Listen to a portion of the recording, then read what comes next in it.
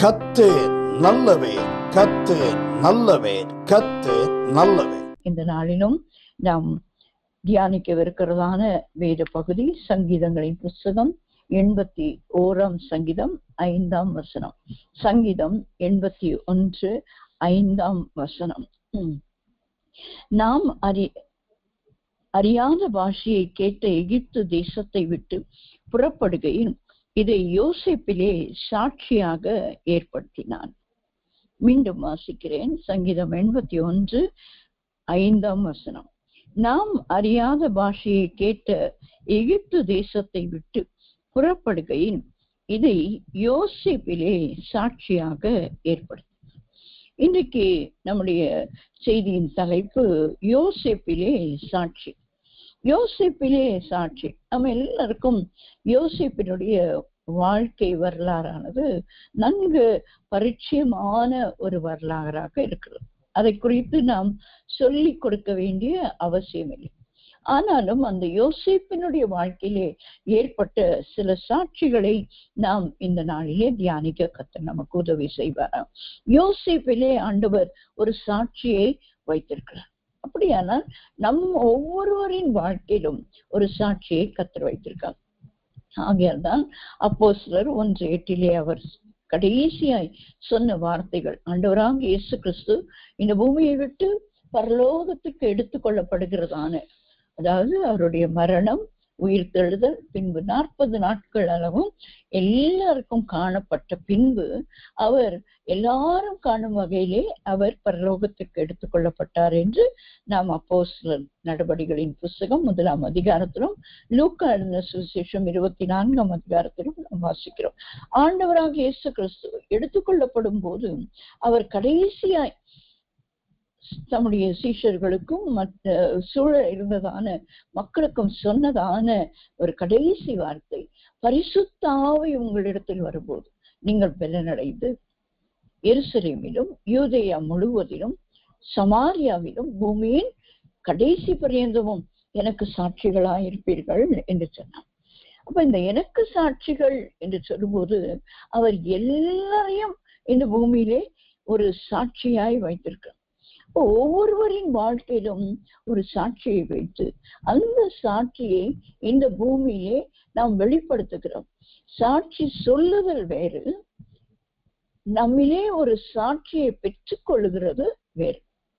சாட்சி சொல்லுகிறது என்று சொல்லி நாம் சபைகளிலே பார்க்கும்போது கர்த்தர் நமக்கு செய்த நன்மைகளை நாம் சாட்சியாக சொல்லி தேவனை மகிமைப்படுத்துகிற ஒரு பழக்கம் நம்முடைய திருச்சபைகளிலே உண்டு. அதை நாம் சொல்லுகிறோம், செய்கிறோம். அதை ஆண்டவர் என் வாழ்க்கையிலே செய்தார், அதை நான் சொல்லி ஜனங்களுக்கு அறிவித்து அதன் மூலம் கர்த்தருக்கு மகிமையை செலுத்துகிறேன். அதுவும் ஒரு வகையிலே சுவிசேஷத்தை சொல்லுகிற வகைதான். ஏனென்றால் கர்த்தர் எனக்கு செய்த நன்மைகளை நான் சொல்லி பாடுவேன் என்று சங்கீதக்காரன் சொல்லுகிறார். அப்ப எனக்கு என்ன நன்மைகளை செய்தாரோ அதை சொல்லி நான் துதிக்கும் போது கர்த்தர் இவர்களுக்கு இந்த நன்மையை செய்திருக்கிறானே, அப்போ எனக்கு அதை செய்வார் என்ற ஒரு விசுவாசத்தோடு கூட மற்றவர்களும் அந்த விசுவாச வாழ்க்கையை பெற்றுக் கொள்வார்கள். அவர்களுக்கு வருகிற அந்த விசுவாச பரீட்சையிலும் அவர்கள் ஜெயிப்பார்கள் என்பதற்கு தான் நாம் அந்த சாட்சிகளை சொல்லுகிறோம். ஆனால் இங்கே வசனம் சொல்கிறது, யோசேப்பிலே ஒரு சாட்சியை கர்த்தர் ஏற்படுத்தினாராம். யோசேப்பிலே ஒரு சாட்சி. அப்ப யோசேப்பிலே ஒரு சாட்சி இருக்கிறது என்று சொல்லி நாம் பார்க்க முடியும்.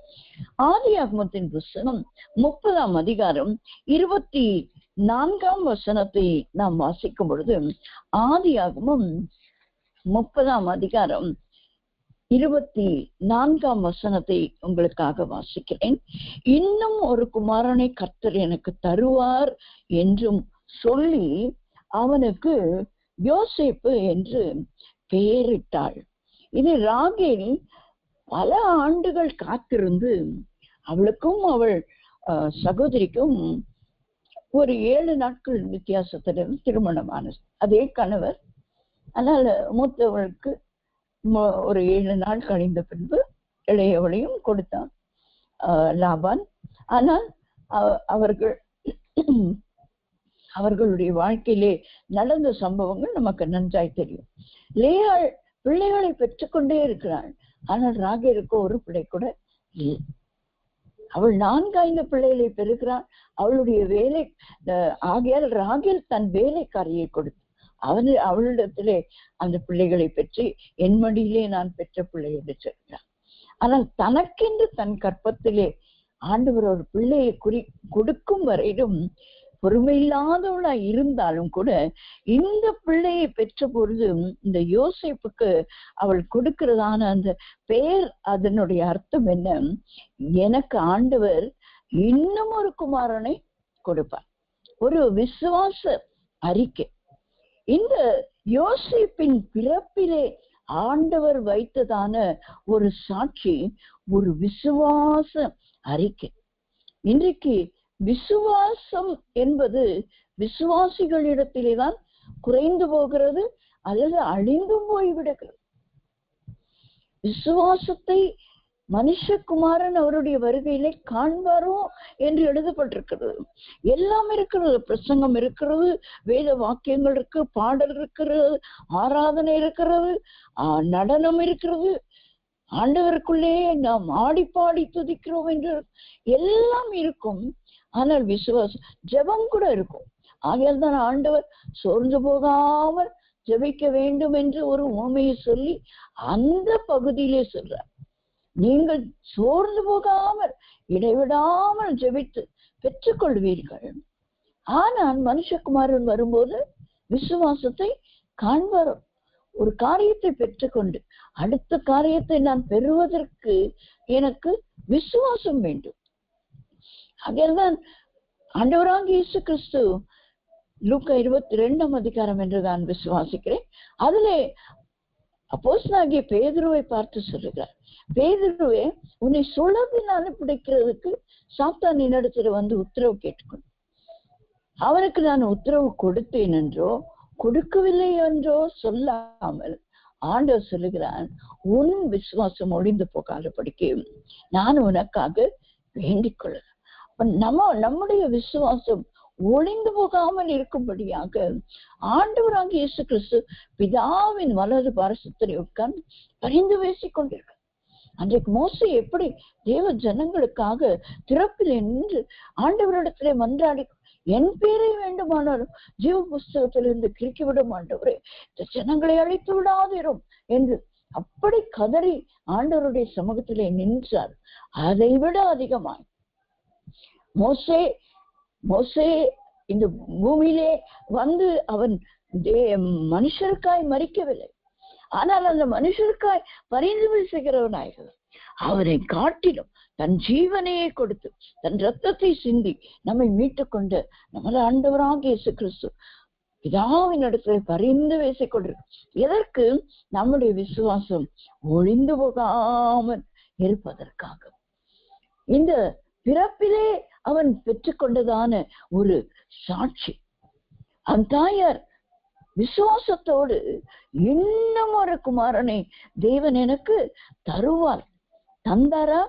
நிச்சயமாகவே தந்தார்.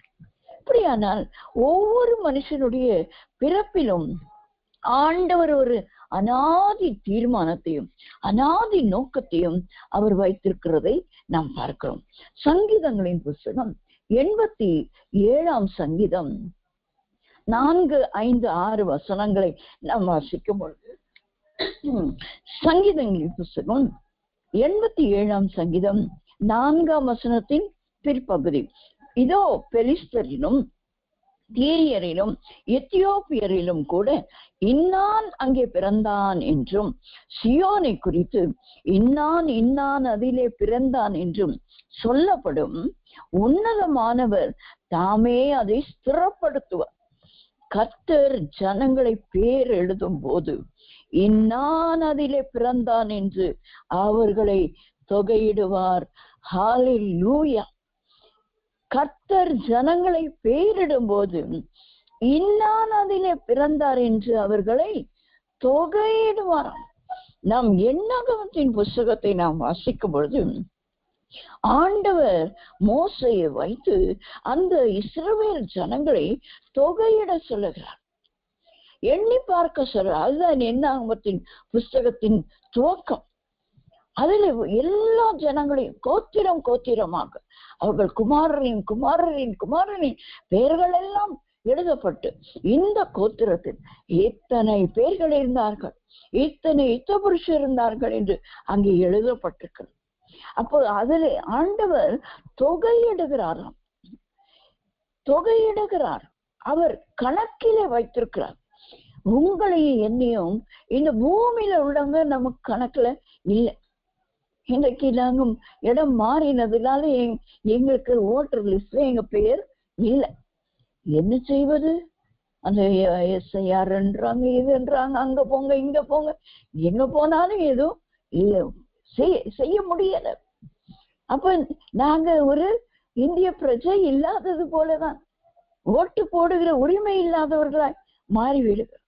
ஆனால் ஆண்டவர் என்னை தம்முடைய தொகையிலே வைத்திருக்கிறார், என் குடும்பத்தை வைத்திருக்கிறார்.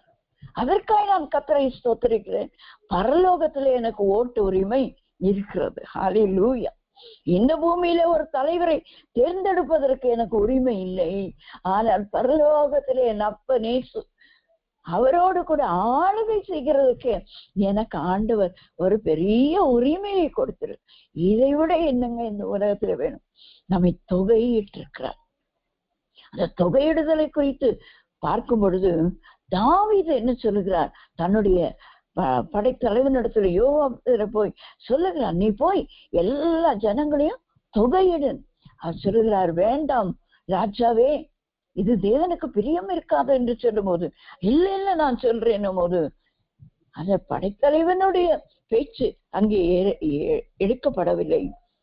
ராஜாவின் பேச்சுதான் மேலோங்கினதுனாலே அதை எடுக்கும் போது ஆண்டவர் வாதையை அனுப்பினார். மனுஷரை ஆண்டவர் எப்பொழுது தொகையிட சொல்லுகிறாரோ அப்ப தொகையிட்டார். ஏனென்றால் மோசைக்கு ஆண்டவர் அதை கட்டளையிட்டார். அது என்னாகமத்தின் புஸ்தகத்திலே எழுதப்பட்டிருக்கு. ஆனால் தாவீதின் இடத்துல ஆண்டவர் அதை சொல்லவில்லை.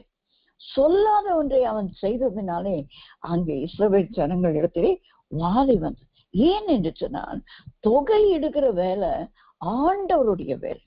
அக்கௌண்டிங், நம்மை குறித்த ஒரு அக்கௌண்டிங், நம்முடைய பிறப்பின் வர்த்தமானங்களை எழுதி வைக்கிற வேலை ஆண்டவருடைய வேலை. ஒருவரான முடியாது. இன்றைக்கு date of birth, birth certificate, death certificate இதெல்லாம் நமக்கு ஆன்லைன்ல கொடுக்கிறார். ஆதி காலங்களிலே நாங்கள் இந்த நரிக்குறவர் ஊழியங்களை செய்யும் போது அந்த நாட்களிலே அந்த பெற்றோருக்கு எந்த ஒரு ஞானமும் இருக்காது.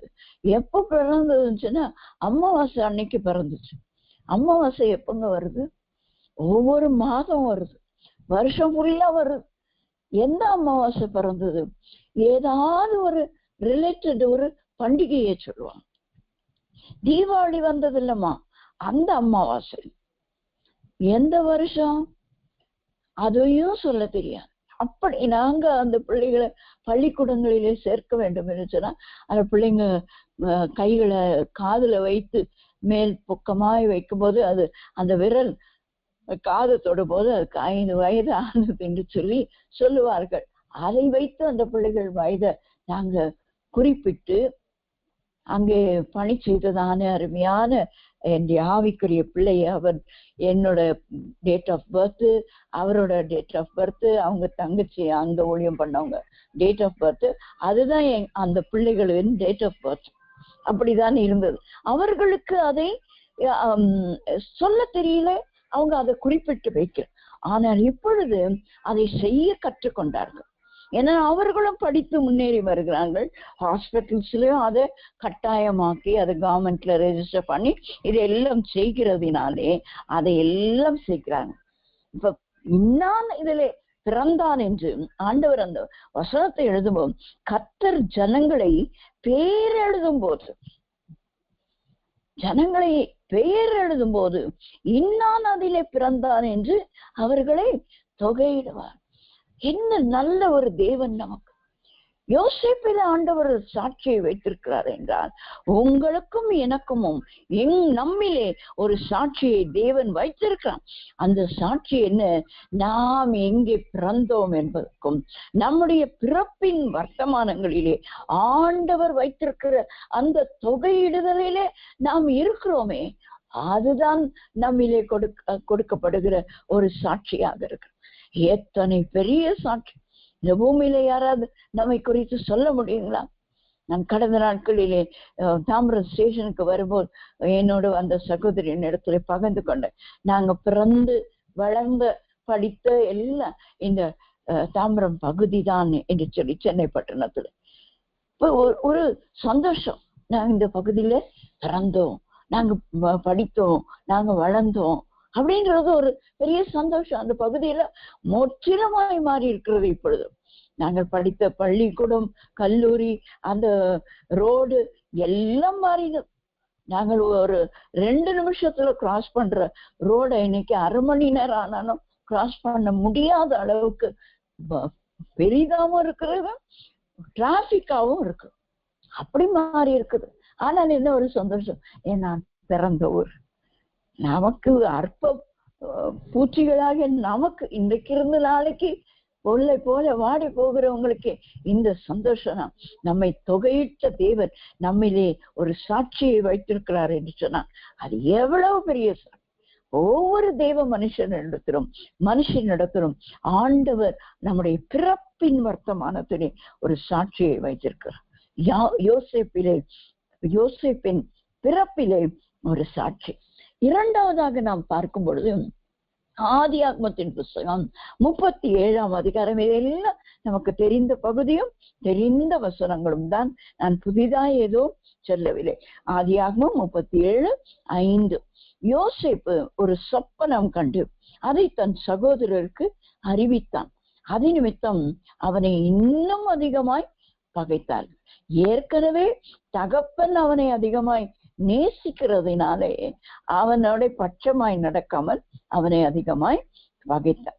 மட்டுமில்லாமல் அவனுடைய சகோதரர் செய்யும் குற்றங்களை அதையெல்லாம் தகப்பனிடத்திலே சொல்லுகிறதுனால அதனாலும் பகை.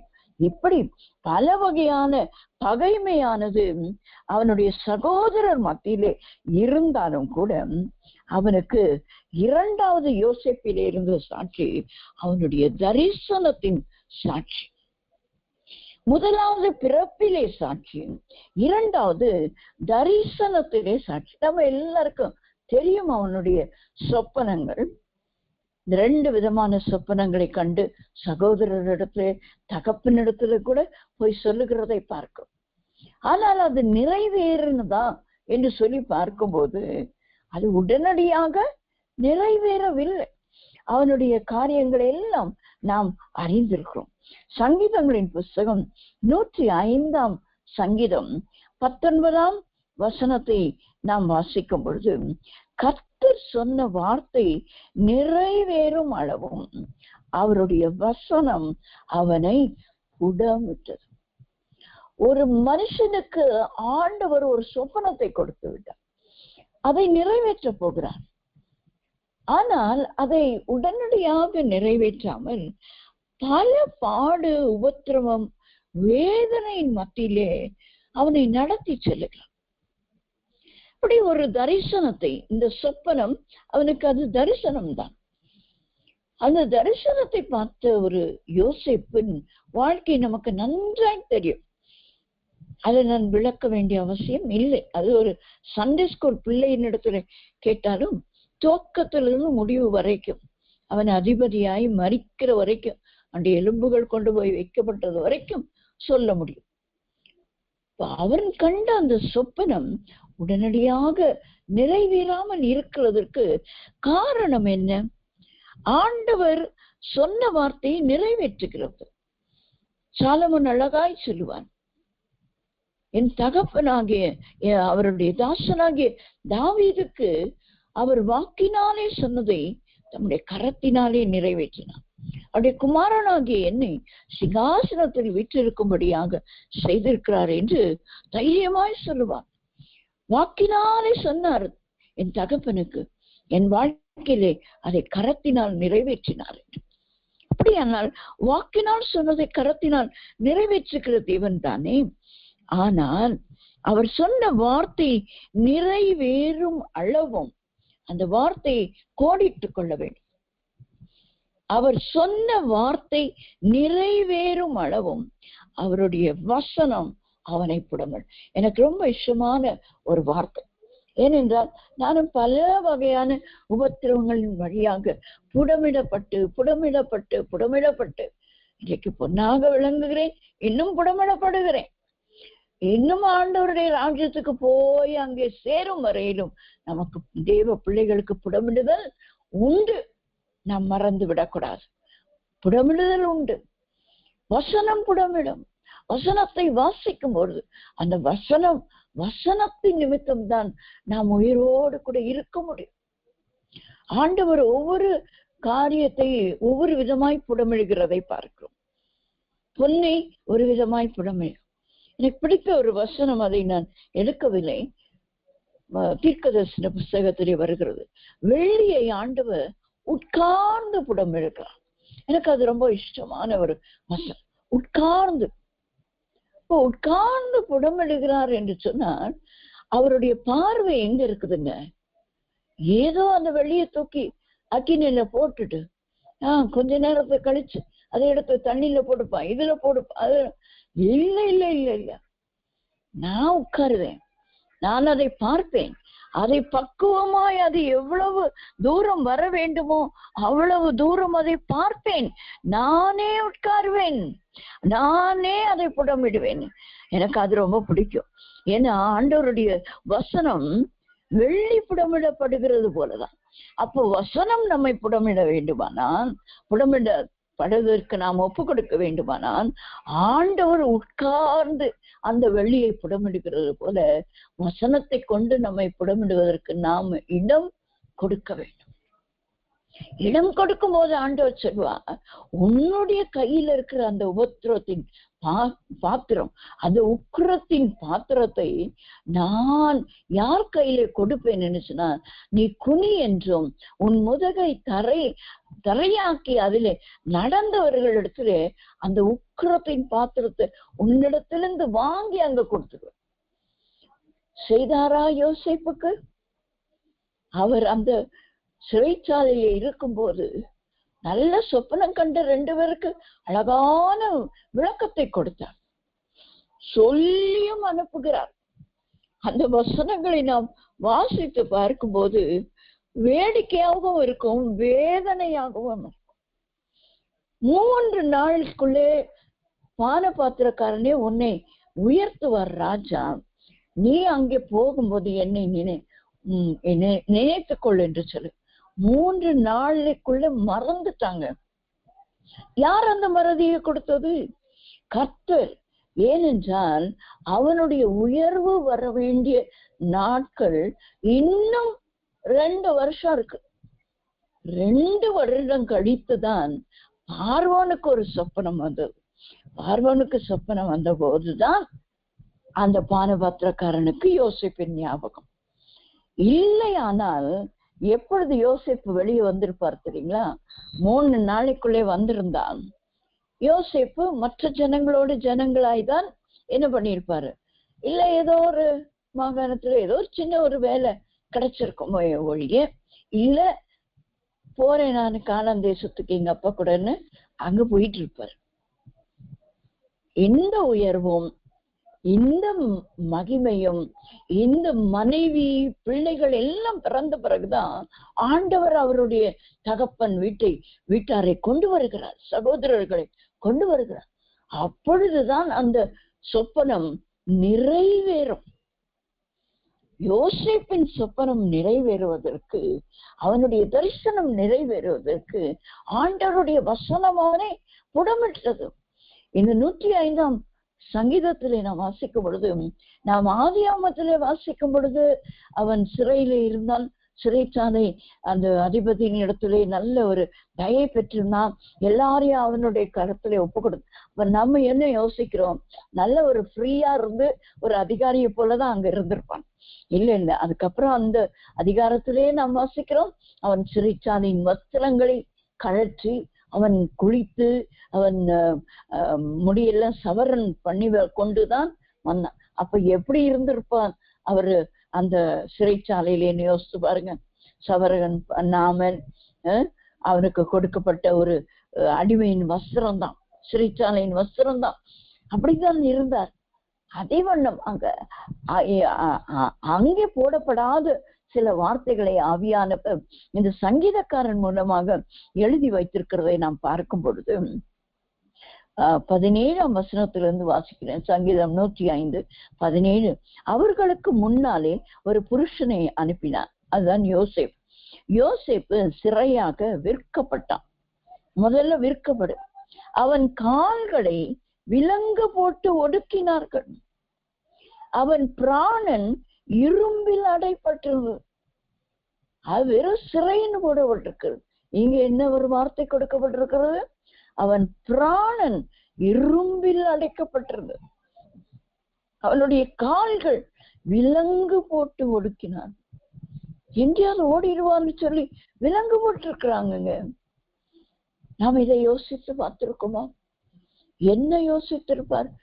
ஆண்டவரே, நீர் எனக்கு இப்படி ஒரு சொப்பனம் கொடுத்தீரு, என்னப்பா நான் இருக்கிற நிலைமை, காலை கட்டி போட்டு வச்சிருக்காங்களே, கம்பி எண்ணிட்டு இருக்கிறேனே, நம்முடைய மொழியிலேயே சொன்னான், கம்பி எண்ணிட்டு இருக்கிறேனே, இதுவா நட்சத்திரங்கள் வழங்குகிறத பார்த்தேன், ஆனா இங்க ஒரு நட்சத்திரத்தையும் நான் வெளியில போய் பார்க்க முடியலையே, சூரியனும் சந்திரனையும் போய் பார்க்க முடியலையே, அவைகள் எல்லாம் என்னை வணங்கும்னு சொன்னீங்களே. கேட்டாரா? கேட்டிருப்பாரா? தெரியல. ஆனால் தன்னை வசனம் புடமிடுவதற்கு தன்னை ஒப்பு கொடுத்ததினாலே யோசேப்பிலே அவருடைய தரிசனத்திலே ஒரு சாட்சி. தேவன் நமக்கு எல்லாருக்கும் கூட தரிசனம் கொடுத்திருக்கிறாருங்க. அது சொப்பனமாய் கூட நமக்கு கொடுத்திருக்கிறார். வரும் காரியங்கள் அவருக்காக நான் எதை செய்ய வேண்டும் என்று சொல்லி ஆண்டவர் நமக்கு சொல்லி இருக்கலாம். நம்ம எப்படி கர்த்தர் உயர்த்த போகிறார் என்ற காரியங்களை ஆண்டவர் ஏற்கனவே வெளிப்படுத்தி இருக்கலாம். நமக்கென்று ஒரு தரிசனம் இருக்கு. நம்முடைய தரிசனத்திலே நமக்கு சாட்சி இருக்கிறதா? நாம் ஆண்டவரிடத்துல ஒப்பு கொடுக்கிறோமா? நம்மை வசனம் என்னை புடமிடட்டும், ஆண்டவரே வசனம் புடமிடுவதற்கு என்னை ஒப்பு கொடுக்கிறேன். ஆண்டவர் நெருப்புல போட்டு புடமிட்டாலும் அந்த நெருப்பின் வாசனை நம்ம மேலே வராதுங்க. அன்றைக்கு 7 மடங்கு அதிகமான அக்கினி சூளையிலே போடப்பட்ட சாத்ராக் மேஷாக் ஆபேத்நேகோவின் தலை மயிறு கருகலையாம். அவங்க போட்டிருந்த வஸ்திரம் கருகலை. அவங்கள அந்த குல்லாக்களோடு எல்லாம் ஒற்றோடு கூட கட்டி போட்டாங்களாம். ஆனா கட்டுகள் மட்டும் அங்கே அவிழ்க்கப்பட்டிருந்தது. அவர்கள் மேலே அந்த அக்கினியின் மனம் இல்லை என்று எழுதப்பட்டது. வாசனை வீசலைங்க. அந்த அக்கினியின் நெருப்பின் வாசனை கூட வீச. அப்படித்தாங்க உங்களை என்னை கர்த்தர் வைத்திருக்கிறார். நீ தண்ணீர்களை கடக்கும் போது நான் உன்னோடு இருப்பேன், நீ மறந்துடாத. நான் மூழ்கி போயிருவேனோ ஆண்டவரே, என் கடன் இப்படி என் தலைக்கு மேல போயிருச்சு, மூழ்கிடுவேனோ. அன்றைக்கு பேதுருவும் சீஷர்களும் கேட்டது போல, ஆண்டவரே உமக்கு கவலை இல்லையா? தட்டி எழுப்புறாங்க, கவலை இல்லையா? நாங்க மாண்டு போறோமே. அவர் தானே முதல்ல மாண்டு போயிருக்கிறோம். கப்பலின் பின்னணியிலே அவர் உறங்கி நித்திரையா இருக்கிறாரே, கவலை இல்லையா ஆண்டவரே? சில நேரங்களிலே நாம் அங்கலாய்த்து ஆண்டவரிடத்துல கேட்கிறோம், ஆண்டவரே என்னை குறித்து உமக்கு கவலை இல்லையா? எவ்வளவு பாடு, எவ்வளவு உபத்திரம், என்னை புடமிடுகிறீங்களே. புடமிட்டாலும் நாம் சுத்த வெள்ளியாய் சுத்த பொன்னாய் மாறுவோம். நம்மிலே அந்த அக்கினியின் வாசனை இருக்க. நீ அக்கினியில் நடந்தால் வேகாதிருப்பாய். அக்கினி ஜுவாலை உன்னை பற்றாது. நீ ஆறுகளை கடக்கும் போது அவைகளில் நீ மூழ்கி போவதில்லை. கர்த்தர் கொடுக்கிற வாக்கு தத்தங்கள் நாம் மறந்து போறோம் சில நேரங்களில். ஆண்டவருடைய வசனம் நம்மை புடமிடுவதற்கு நாம் ஒப்பு கொடுக்கும் போது நம்முடைய தரிசனத்திலே ஒரு சாட்சியை நாம் பெற்றுக்கொள்ள முடியும். மூன்றாவதாக ஆதியாகமத்தின் புஸ்தகம் 50ஆம் அதிகாரம் 23ஆம் வசனத்தை நாம் வாசிக்கும் போது, ஆதியாகமம் 50ஆம் அதிகாரம் 23ஆம் வசனத்தை நான் உங்களுக்காக வாசிக்கிறேன். யோசேப்பு எப்பிராயிமுக்கு பிறந்த 3ஆம் தலைமுறை பிள்ளைகளையும் கண்டார். மனாசேயின் குமாரனாகிய மாகீரின் பிள்ளைகளும் யோசேப்பின் மடியிலே வளர்க்கப்பட்டார்கள். இது அவனுக்கு கொடுத்ததான ஒரு சந்ததியின் சாட்சி. முதலாவது நாம் பார்த்தோம் யோசேப்பிலே சாட்சி, அவனுடைய பிறப்பிலே சாட்சி. இரண்டாவது அவனுடைய தரிசனத்தில் சாட்சி. மூன்றாவது அவனுடைய சந்ததியின் சாட்சி, அவனுடைய சந்ததியிலே சாட்சி. ஆண்டவர் சொல்லுகிறார் யாத்திராகமம் 20ஆம் அதிகாரத்திலே, கர்த்தருடைய கற்பனைகளுக்கு அவரிடத்தில் அன்பு கூர்ந்து அவைகளை கை கொள்ளுகிறவர்களுக்கு 3ஆம் 4ஆம் தலைமுறை வரைக்கும் ஆண்டவர் என்ன பண்றாரா, கை கொள்ளாதவர்களுக்கு ஒரு சாபத்தை கொடுக்கிறார். ஆனால் கை கொள்ளுகிறவர்களுக்கு 1000 தலைமுறை வரைக்கும் ஆசீர்வாதத்தை கொடுக்க.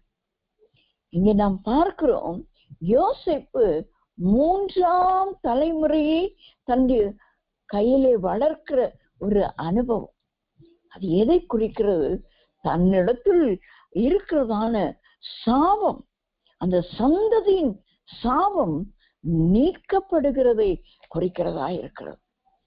சந்ததியின் சாபங்கள். அவர் யோசித்திருப்பாரா, தன்னுடைய சந்ததியை எகிப்திலே அவர் காணுவோம் என்று ஒரு கனவாக கண்டிருப்பாரா? சில நேரங்களிலே கர்த்தர் நமக்கு செய்கிற காரியங்களை நாம் பார்க்கும் பொழுது, நான் கனவு கூட இதை கண்டதில்லை ஆண்டவரே என்று சொல்ல கூடிய அளவுக்கு கர்த்தர் நம்முடைய வாழ்க்கையிலே அநேக நன்மைகளை எனக்கு செய்திருக்கிறார். என்னாலே சொல்ல முடியும். நான் அநேக இரவுகள், எனக்கு தூக்கம் வராத நாட்கள், இதெல்லாம் சொல்லி சொல்லி சொல்லி சொல்லி ஆண்டவரிடத்துல நன்றி சொல்லி கொண்டிருப்பேன். தூக்கம் வராது. 12 ஆகும், 1 மணி ஆகும், 1:30 எப்ப நான் தூங்கினேன் என்று எனக்கு தெரியாத நாட்களிலே அன்றைக்கு என்னுடைய வேலையே எல்லாம் கர்த்தர் எனக்கு செய்த எல்லா காரியங்களுக்காக நன்றி சொல்லிக்கொண்டே. ஆண்டவர் சந்ததிகளை ஆசீர்வதிக்கிற ஒரு தேவனாயிருக்கிறார். இவன் நினைத்து கூட பார்க்கவில்லை, நான் இந்த தேசத்துக்கு வந்தது ஒரு கைதியாக, விற்கப்பட்டவனாக, ஒரு அடிமையாக. அதன் பின்பு கொஞ்சம் ஒரு ராஜ போகம் வந்தது போல இருந்தது. ஆனால் அதுவும் கூட என்னவாயிருச்சு, போயிடுச்சு. திரும்ப ஒரு சிறைச்சாலையின் அனுபவம், கை கால்கள் கட்டப்பட்ட அனுபவங்கள் எல்லாம் வந்த போது அவர் முறுமுறுக்காமல் தேவ சமூகத்திலே தன்னை ஒப்பு கொடுத்ததினாலே ஆண்டவர் அவனை என்ன செய்தாருங்க, உயர்த்தினார். 3-4 சந்ததிகளை காணுகிற ஒரு மகனாய் கர்த்தர் மாற்றி. யோபினுடைய வாழ்க்கையிலும் நாம் பார்க்கும் பொழுது எத்தனை சோதனை, எத்தனை சோதனை. தன்னுடைய சரீரம் கூட அழுகி போய் நாற்றம் எடுக்கிற ஒரு அனுபவம். ஆனால் அவர் தான் சொல்லுகிறாருங்க, உடமிடப்பட்ட பின் நான் பொன்னாக விளங்குவேன். விளங்குனாரா? பொன்னை பரிசாக கொண்டு வந்தார்களாம். அந்த யோபுவின் புஸ்தகம் 42ஆம் அதிகாரத்தை வாசிக்கும் பொழுது நமக்கு அது வேடிக்கையாக இருக்கும். இவ்வளவு காலங்கள் இவர்கள் எல்லாம் எங்கே போனார்கள்? அவர்கள் எல்லாம் பொன்னெல்லாம் கொண்டு வந்து அவருக்கு கொடுக்கிறாங்களாம். 11ஆம் வசனம் 42 யோபு 11ஆம் வசனம் கடைசியிலே வாசிக்கிறேன். அவனுக்கு ஆறுதல் சொல்லி அவரவர் ஒவ்வொரு தங்க காசையும் அவரவர் ஒவ்வொரு பொன் ஆபரணத்தையும் அவருக்கு கொடுத்தார்கள். எப்போ அவனுக்கு எல்லாவற்றையும் ஆண்டவர் இரட்டிப்பாய் அவனுடைய முன் நிலைமையை பார்க்கிறோம், பின்னிலைமை இரட்டிப்பான ஆசீர்வாதம். அவனுடைய சுகமே நல்லா சுகமாயிடுச்சு. எல்லாம் நல்லா ஆன பிறகு பொன் காசு கொண்டுறாங்களாம், பொன் ஆபரணம் கொண்டார். இவர் பொன்னாக விளங்குகிறார். ஹல்லேலூயா. பொன்னாக உபத்திரவத்தின் குகையில புடமிழ படும்போது பொன்னாக விளங்குகிறவர்களுக்கு அவரும் கூட என்ன செய்கிறாருங்க, தலைமுறைகளை 4 தலைமுறையாக தன் பிள்ளைகளையும் தன் பிள்ளைகளுடைய பிள்ளைகளையும் கண்டான் என்று சொல்லி யோபு 42:16 நாம் வாசிக்கிறோம். இதற்கு பின்பு யோபு 140 வருஷம் உயிரோடு இருந்து சாக போற ஒரு தோலை வைத்துக் கொண்டிருந்த ஒரு மனுஷன் 140 வருஷம் அதுக்கு பின்பு வாழ்ந்தாராம். இதற்கு பின்பு அப்ப முன்னால எத்தனை வருஷம் வாழ்ந்தாருன்னு தெரியல. இதற்கு பின்பு 140 வருஷம் உயிரோடு இருந்து 4 தலைமுறையாக தன் பிள்ளைகளையும் தன் பிள்ளைகளுடைய பிள்ளைகளையும் கண்டான். இந்த சந்ததியின் சாட்சி, சந்ததியிலே ஒரு சாட்சியை ஆண்டவர் யோசேப்புக்கு வைத்திருந்தார். அவன் நினைத்து கூட பார்க்க முடியாத அந்த தேசத்திலும் நாம் எங்கே அவமானப்பட்டிருக்கிறோம், எங்கே சிறையில் அடைக்கப்பட்டிருக்கோம், நாம் ஒன்றுக்கும் உதவாதவர்கள் என்று எங்கே நாம் தள்ளப்பட்டிருக்கிறோம். தள்ளப்பட்ட கல்தான் மூளைக்கு தலைக்கல்லாய் மாறும். நீங்கள் எங்கே தள்ளப்பட்டிருக்கிறீர்கள், எங்கே ஒதுக்கப்பட்டிருக்கிறீர்கள், எங்கே உங்களை அவமானப்படுத்தி நிந்தித்து உங்களை ஒன்றுமில்லாமல் ஆக்கியிருக்கிறார். இந்த யோபை போல அவனுக்கு இருந்த ஒரே மனைவி, பிள்ளைகள் எல்லாம் மறித்தாங்க. எல்லாம் ஆடு மாடு கழுத ஒட்டகை எல்லாவற்றையும் இழந்தார். மனைவி மட்டும் உயிரோடு இருந்தான். எதுக்கு தெரியுங்களா? அதுக்கு பிற்பாடு ஒரு 10 பிள்ளைங்களை பெறறதுக்கு 7 குமாரையும் 3 குமாரத்தைகள் இழந்தார். நல்லவா அதை திரும்ப இரட்டிப்பாய் பெற்றுக்கொள்ள வேண்டும் என்றால் 20 பிள்ளைகள் அல்ல, முதலே 7 10 7 3 10 இருந்தது. அதே வண்ணமா 7 3 10 பெற்றுக்கொள்ளணும். அந்த இரட்டிப்பான ஆசை உங்களுக்கு எனக்கு ஆண்டவர் இரட்டிப்பான ஆசீர்வாதம் இந்த வருடத்துல வைத்திருக்கிறார். தேவ பிள்ளைகளுக்கு, பரிசுத்தவான்களுக்கு இது ஆசீர்வாதத்தின் ஆண்டு, விருத்தி அடைகிற ஒரு ஆண்டு. ஆண்டவர் நமக்கு ஒரு விருத்தி அடைதலை கொடுக்கிற ஒரு ஆண்டு. ஆகியால் நாம் விசுவாசத்தில் தளர்ந்து போக வேண்டாம். தேவன் கொடுத்ததை எல்லாம் நாம் சுதந்திரித்துக் கொள்ள போகிறோம் இந்த ஆண்டில். அது நமக்கு ஒரு சந்ததியின் சாட்சியாக மாறப்படும். என் பிள்ளைகள் இன்னும் ரட்சிக்கப்படவில்லையே, ரட்சிப்பார், கட்டாயம் கர்த்தர் கொடுத்த உண்மையில் இருக்கிற என் ஆவி, நான் உன் வாயில் அருளிய என் வார்த்தைகள் இது முதற்கொண்டு என்றென்றைக்கும் உன் வாயில் இருந்தும் உன் சந்ததியின் வாயில் இருந்தும் உன் சந்ததியின் வாயிலிருந்தும் நீங்குவதில்லை என்று கர்த்தர் சொல்லுகிறாரே. அவர் பொய் சொல்ல ஒரு மனுஷன் அல்ல, அவர் மனம் மாற ஒரு மனப்புத்திரன். இது எனக்கு அவர்களோடு கூட செய்து கொள்ளுகிற ஒரு உடன்படிக்கை என்று ஏசாயா 59:21 ஆண்டவர் சொல்லிருக்கிறார். ஆகையால் நம்முடைய சந்ததியிலே கர்த்தர் சாட்சியை நிறுத்த போகிறாருங்க. எந்த சந்ததி இன்றைக்கு பாழான சந்ததி என்று உலகத்தால் சொல்லிக் கொண்டிருக்கிறார்களோ, உங்கள் சொந்த பந்தங்கள் சொல்லிக் கொண்டிருக்கிறார்களோ, உங்களை ஒதுக்கி வைத்திருக்கிறார்களோ, அங்கேதான் அந்த இடத்திலேதான் உங்களையும் என்னை சாட்சியாக கர்த்தர் நிறுத்த போகிறார். யூடியூப்ல சொல்ல போறாங்க சாட்சிகளை, பிள்ளைகளை குறித்து எப்படி ரட்சிக்கப்பட்டோம், என் தாயின் கண்ணி, என் தகப்பனின் கண்ணி, தகப்பனும் தாயும் எடுத்த உபவாசம், இன்றைக்கு நான் கர்த்தருடைய பிள்ளையா, என் சந்ததியாரை கர்த்தர் ரட்சித்திருக்கிறார் என்று சொல்ல போகிறார்கள்.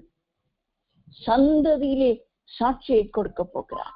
யோசேப்பின் சந்ததியிலே கர்த்தர் ஒரு சாட்சியை கொடுத்தார். இன்னும் 2 காரியங்களை பார்த்து நாம் ஜெபித்து முடிக்க போகிறோம். 4வதாக தகப்பனின் சுதந்திரத்தில் ஒரு சாட்சி. தகப்பனின் சுதந்திரத்தின் சாட்சி. யோசுவாவின் புஸ்தகம் 24:32 உங்களுக்காக வாசிக்கிறேன். யோசுவா 24:32. இஸ்ரவேல் புத்திரர் எகிப்திலிருந்து கொண்டு வந்த யோசேப்பின் எலும்புகளை அவர்கள் சீகேமிலே யாக்கோபு சீகேமின் தகப்பனாகிய எமோரியருடைய புத்திரரின் கையிலே 100 வெள்ளிக்காசுக்கு கொண்ட நிலத்தின் பங்கிலே அடக்கம் பண்ணினார்கள். அந்த நிலம் யோசேப்பின் புத்திரருக்கு சுதந்திரமாயிற்று. ஹல்லேலூயா. தகப்பனின் சுதந்திரத்திலே ஒரு சாட்சி, தகப்பனின் சுதந்திரத்திலே ஒரு சாட்சி. அது 100 வெள்ளிக்காசுக்கு யாக்கோபு கொண்ட அந்த நிலம். அது ஆபிரகாம் கொண்ட நிலம் அல்ல. ஆபிரகாம் கொண்ட நிலம் ஆபிரகாம், சாராள், ஈசாக்கு, ரெபேக்காள், யாக்கோபு, லேயாள் அவர்கள் வரைக்கும் அங்கே அடக்கம் பண்ணப்பட்டார். லேயாள் அங்கே அடக்கம் பண்ணப்பட்டார். அதுக்கு பின்புதான் யாக்கோபு அடக்கம் பண்ணப்படுகிறார். அப்போ யாக்கோபு சொல்லுகிறார் தன் குமாரனாகிய யோசேப்பின் இடத்துல, நீ எகிப்திலே என்னை நீ அடக்கம் பண்ணி கூட விடக்கூடாது. நீ என் சரீரத்தை எங்க கொண்டு போனோம்? நான் வாங்கின அந்த பூமி. ஆனால் யோசேப்பு என்ன சொல்லுகிறார்? அந்த ஆதியாகமத்தின் புஸ்தகம் 50ஆம் அதிகாரத்திலே நாம் வாசிக்கும் பொழுது அங்கே அவர் சொல்லுகிற காரியத்தை நாம் வாசிக்கும் போது, ஆண்டவர் உங்களை விடுவிக்கும் போது நீங்க என் எலும்புகளை கொண்டு போங்கள் என்று. ஆகையால் அவர் அதை ஞாபகமாக கொண்டு வந்து அதை சீகேமிலே அவனுடைய எமோரியர் இடத்துல வாங்கினதான அந்த இடத்துல அங்கே அதை சுதந்திரமாக அவனுடைய எலும்புகள் அங்கே புதைக்கப்படும். அங்கே வாசம் பண்ணினது அவனுடைய 2ஆம் 3ஆம் தலைமுறையினர் தான் அங்கே வந்து குடியிருந்தார்கள். என்ன ஒரு ஆசீர்வாதத்தை ஆண்டவர் யோசேப்பிலே வைத்திருக்கிறார் பாருங்க. அந்த யோசேப்பின் எலும்புகளில நம் எலிசாவின் எலும்பை குறித்து நாம் எல்லாரும் அறிந்திருக்கிறோம். எலிசாவின் அந்த கல்லறையிலே அவன் எலும்புகளின் மேல் போடப்பட்ட ஒரு மனுஷன் அவன் உயிரோடு எழுந்தான் என்று நாம் 2 ராஜாக்களின் புஸ்தகத்திலே நாம் வாசிக்கிறோம். அது எலிசாவின் வாழ்க்கையிலே அவர் மரித்தது ஒரு வியாதிப்பட்டுதான் மரித்தார். ஆனால் அவர் அடக்கம் பண்ணின இடத்திலே அவருடைய எலும்புகளிலே பட்ட ஒரு மனுஷன் அவன் என்ன செய்கிறான்? உயிரோடு கூட எழும்புகிறான். அப்போ அந்த எலும்பிலே ஒரு சாட்சியை வச்சிருக்கிறார். அதுதான் இங்கே பார்க்கும்போது அது யோசேப்பின் தகப்பனின் சுதந்திரத்தின் சாட்சி. அந்த இடம் அந்த குடும்பத்தாருக்கு சுதந்திரமாக மாறினது. கானான் தேசத்தை யோசுவா பங்கிட்டு கொடுக்கும் போது அந்த நிலத்தை தான் யோசேப்பின் குமாரருக்கு கொடுக்கிறதை நாம் பார்க்கிறோம். அந்த யோசேப்பின் குமாரர் அதை சுதந்திரித்துக் கொள்கிறதை பார்க்கிறோம். எசேக்கியேல் தீர்க்கதரிசியின் புஸ்தகம் 47ஆம் அதிகாரம் 13ஆம் வசனத்தை நாம் வாசிக்கும் பொழுது இந்த தகப்பனின் சுதந்திரத்தின் ரகசியத்தை குறித்து அங்கே எசேக்கியேல் தீர்க்கதரிசியின் மூலமாய் ஆண்டவர் வெளிப்படுத்துகிறதை நாம் பார்க்க முடியும். எசேக்கியேல் 47ஆம் அதிகாரம் 13ஆம் வசனம். கர்த்தராகிய ஆண்டவர் சொல்லுகிறது என்னவென்றால், நீங்கள் இஸ்ரவேலின் 12 கோத்திரங்களுடைய இலக்கத்தின்படியே தேசத்தை சுதந்திரித்துக் கொண்டு குறிக்க வேண்டிய எல்லையாவது யோசேப்புக்கு 2 பங்குண்டு. ஹல்லேலூயா. யோபு அவனுடைய உபத்திரவத்தில் பெற்றுக்கொண்ட அந்த இரட்டிப்பான ஆசீர்வாதத்தை போல ஆண்டவர் இந்த தகப்பனின் சுதந்திரம் என்று சொன்னால் என்னவென்றால் 2 பங்கு ஆசீர்வாதம். அந்த சுதந்திரத்திலே சாட்சியை ஆண்டவர் வைத்திருக்கிறார் என்று சொன்னால் அது 2 பங்கு ஆசீர்வாதம். அது எப்படி தெரியுங்களா? லேவி கோத்திரத்துக்கு அந்த பங்கு கிடையாது, அந்த நிலத்தின் பங்கு கிடையாது. யோசுவா கொடுக்கும் போது அதற்கு பதிலாக யோசேப்பின் 2 குமாரராகிய எப்ராயிம், மனாசே எப்ராயிம் 2 பேருக்கு கொடுக்கிறாங்க. எவ்வளவு பெரிய ஆசீர்வாதம் பாருங்க. எல்லாம் இழந்து, சகோதரரை இழந்து, தகப்பனை இழந்து, தன்னுடைய உரிமைகளை இழந்து ஒரு அடிமையாக இருந்து சிறையிலே அடைக்கப்பட்ட ஒரு யோசேப்பிலே ஆண்டவர் ஒரு சாட்சியை வைத்திருக்கிறார். அது அவனுடைய தகப்பனின் சுதந்திரத்தின் ஆசீர்வாதம். அது என்ன ஆசீர்வாதம்? அது 2 பங்கான ஆசீர்வாதம். இந்த ராத்திரி வேளையிலே இந்த செய்தியை கேட்டுக்கொண்டிருக்கிறதான அருமையான தேவ பிள்ளை, உங்க குடும்பத்திலே உங்க சொத்துல பங்கு கொடுக்கவில்லையா? கவலையே படாதீங்க. இரட்டிப்பான பங்கை கர்த்தர் உங்களுக்கு கொடுப்பார். இந்த நாளிலே இதை தீர்க்க தரிசனமாக எழுதி வைத்துக் கொள்ளும். இரட்டிப்பான பங்கு. யோசேப்புக்கு ஒன்றுமே இல்லாதது போல குழியிலே தள்ளி அவன் வஸ்திரங்களை ஆட்டின் ரத்தத்தை ஊற்றி தகப்பனிடத்துக்கு அனுப்பினார். குழியிலே இருந்து எடுத்து அவனை வெள்ளி காசுக்கு விற்று அவர் அந்த நிலைமையிலும் அவன் ஒரு அதிகாரியின் இடத்துல போய் நல்ல ஒரு வேலை அமைந்தது என்பது இல்லாமல் மறுபடியும் அவனுக்கு ஒரு சிறை அனுபவம், மறுபடியும் அவனுக்கு ஒரு சிறை அனுபவம்.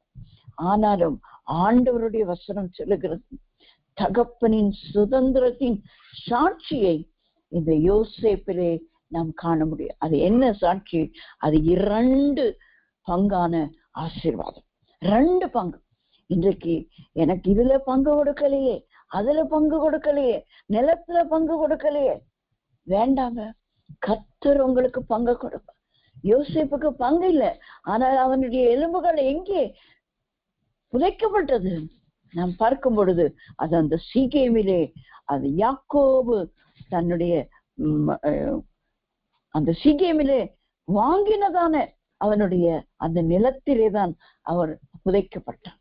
அவனுடைய எலும்புகளிலே ஒரு சாட்சியை நாம் பார்க்கிறோம். அவனுடைய சுதந்திரத்தின், தகப்பனின் சுதந்திரத்தின் சாட்சியாக இருக்கிறது. கடைசியாக நாம் பார்க்க போகிறோம் ஆதியாகமத்தின் புஸ்தகம் 50ஆம் அதிகாரம் 24ஆம் வசனம். ஆதியாகமத்தின் புஸ்தகம் 50ஆம் அதிகாரம் 24ஆம் வசனம். யோசேப்பு தன் சகோதரரை நோக்கி, நான் மரணம் அடைய போகிறேன், ஆனாலும் தேவன் உங்களை நிச்சயமாய் சந்தித்து நீங்கள் இந்த தேசத்தை விட்டு தாம் ஆபிரகாமுக்கும் ஈசாக்குக்கும் யாக்கோவுக்கு ஆணையிட்டு கொடுத்திருக்கிற தேசத்துக்கு போக பண்ணுவார் என்று சொன்னதும் அன்றி, தேவன் உங்களை சந்திக்கும் போது என் எலும்புகளை இவ்விடத்திலிருந்து கொண்டு போவீர்களாக என்றும் சொல்லி யோசேப்பு இஸ்ரவேல் புத்திரரிடத்தில் ஆணையிடுவித்துக் கொண்டான் என்று நாம் பார்க்கிறோம். கடைசியாக நாம் பார்க்கும் பொழுது அது யோசேப்பிலே சாட்சி, அது கர்த்தருடைய வாக்குத்தத்தத்தின் சாட்சியாக இருக்கிறது. அவர் சொல்லுகிறார், தேவன் உங்களை நிச்சயமாய் சந்தித்து நீங்கள் இந்த தேசத்தை விட்டு தாம் ஆபிரகாமுக்கும் ஈசாக்குக்கும் யாக்கோபுக்கும் ஆணையிட்டு கொடுத்திருக்கிற அந்த தேசத்துக்கு போக பண்ணுவார். ஹல்லேலூயா. தேவன் உங்களை சந்திக்கும் போது என் எலும்புகளை கொண்டு போங்கள் என்று என்ன ஒரு நிச்சயம் பாருங்க. அவருக்கு கர்த்தர் அதை வாக்கு பண்ணினார் என்று சொன்னார், அதை அவர் தவற விட மாட்டார். யோசேப்பிலே நாம் பார்க்கிறதான அந்த கடைசியான 5வது சாட்சி, அது வாக்கு தத்துவத்தின் சாட்சி. வாக்கு தத்துவத்தின் சாட்சி. ஆண்டவர் வாக்கு தத்துவத்தில் உண்மை உள்ளவராயிருக்கிறபடினால் அந்த உண்மையுள்ள சாட்சியை நாம் எல்லாரும் பெற்றுக்கொள்ளுகிறவர்களாயிருக்கிறோம். யோசேப்பிலே அவனுடைய சாட்சி கடைசியாக நாம் பார்க்கும்பொழுது அது வாக்கு தத்துவத்தின் சாட்சியாக இருக்கிறது. 1 தீமோத்தேயின் புஸ்தகம் 4ஆம் அதிகாரம் 8ஆம் வசனத்தை நாம் வாசிக்கும் பொழுது, சரீர முயற்சி அற்ப பிரயோஜனம் உள்ளது, தேவ பக்தியானது இந்த ஜீவனுக்கும் இதற்கு பின்வரும் ஜீவனுக்கும் வாக்குத்தத்தம் உள்ளதாகியால் எல்லாவற்றிலும் பிரயோஜனம் உள்ளது. எல்லாவற்றிலும் பிரயோஜனம் உள்ளது. ஹல்லேலூயா. சரீர முயற்சி, நம் சரீரத்திலே முயற்சி செய்து இதை செய்து விடலாம் அதை செய்து விடலாம் என்று அல்ல, விசுவாசத்தோடு கூட ஆண்டவர் நம்முடைய வாழ்க்கையிலே கொடுத்திருக்கிற ஒவ்வொரு வாக்கு தத்தங்களும் ஒன்று கூட, ஒரு அருமையான ஊழியக்காரர் சொல்வார், அதேவ பிள்ளைகளுக்கு கொடுத்த வாக்கு தத்தங்கள் எல்லாம் நிறைவேறி முடியும் மட்டும் அவர் என்ன செய்ய மாட்டாராம்? அவர்களை எடுக்க மாட்டாராம். அதையெல்லாம், அது 100 இல்ல, 1000 இல்ல, 10,000 இல்ல, எத்தனை வாக்கு தத்தங்கள் கொடுத்தாலும் அத்தனை வாக்கு தத்தங்களும் தேவ பிள்ளைகளின் வாழ்க்கையிலே நிறைவேறின பின்புதான் அவர் தம்மோடு கூட எடுத்துக்கொண்டு போவார். அது வருகையா இருக்கலாம், அல்லது நம்முடைய மரணமா இருக்கலாம். ஆகையால்தான் அப்போஸ்தலனாகிய பவுல் தீமோத்தேயுக்கு எழுதும் போது, சரீரத்திலே நீ முயற்சி எதுவும் செய்யாதே, நாம் செய்ய வேண்டாம். சரீர முயற்சி அற்ப பிரயோஜனம், கொஞ்சம் கூட பிரயோஜனம் இல்லாதது. ஆனால் தேவ பக்தியானது, தேவனோடு கூட இருந்து தேவன் நமக்கு கொடுத்த வாக்கு தத்தங்களை விசுவாசத்தோடு அங்கீகரித்து பெற்றுக்கொள்வோமானால் அது இந்த ஜீவனுக்கும், அந்த வார்த்தையை கோடிட்டுக் கொள்ளுங்கள், இந்த ஜீவனுக்கும் இந்த பூமியிலும் கர்த்தர் சில காரியங்களை நமக்கு செய்து முடிக்க போக, இதற்கு பின்வரும் ஜீவனுக்கும் வாக்கு தத்தம் உள்ளதாக்கியான். அவருடைய வாக்கு தத்தங்கள் இம்மைக்கு மாத்திரமல்ல, இம்மைக்காக நாம் ஆண்டவரை தேடுவோமானால் நாம் பரிதவிக்கப்பட்டவர்களாயிருப்போம்.